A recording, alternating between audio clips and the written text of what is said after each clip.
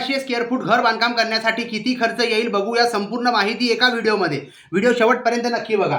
आता इंजिनियरची फी लागणार आहे मित्रांनो आपल्याला 30,000 रुपये. मग आता सिमेंट लागणार आहे आपल्याला 620 बॅग. किती रुपयाचं सिमेंट लागणार आहे आपल्याला? तर 2,54,000 रुपयाचा आपल्याला सिमेंट लागणार आहे. 2,54,000. 2,54,000चं सिमेंट. आता स्टील लागणार आपल्याला 5 टन. आता 5 टन स्टील किती रुपयाचं होते? तर 3 लाख रुपयाचा हे 5 टन स्टील होणार आहे. यानंतर वाळू जे आहे मित्रांनो आपल्याला 30 ब्रास वाळू लागणार आहे. मग वाळूचा जर आपण रेट बघितला तर 1,80,000 रुपये आपल्याला वाळूसाठी खर्च होणार आहे.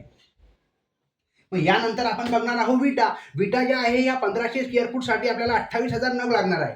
मग आपण साधारणतः याच्यासाठी खर्च जो बघितला तर 2,24,000 रुपये खर्च येणार आहे.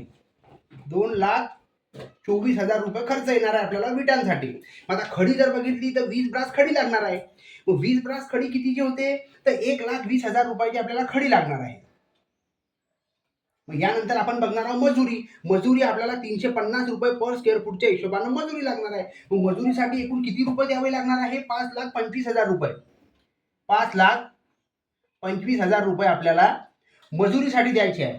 मग स्टाईलच्या कामासाठी 45 रुपये पर स्क्वेअर फूटच्या हिशोबाने स्टाईलसाठी आपल्याला खर्च येणार आहे.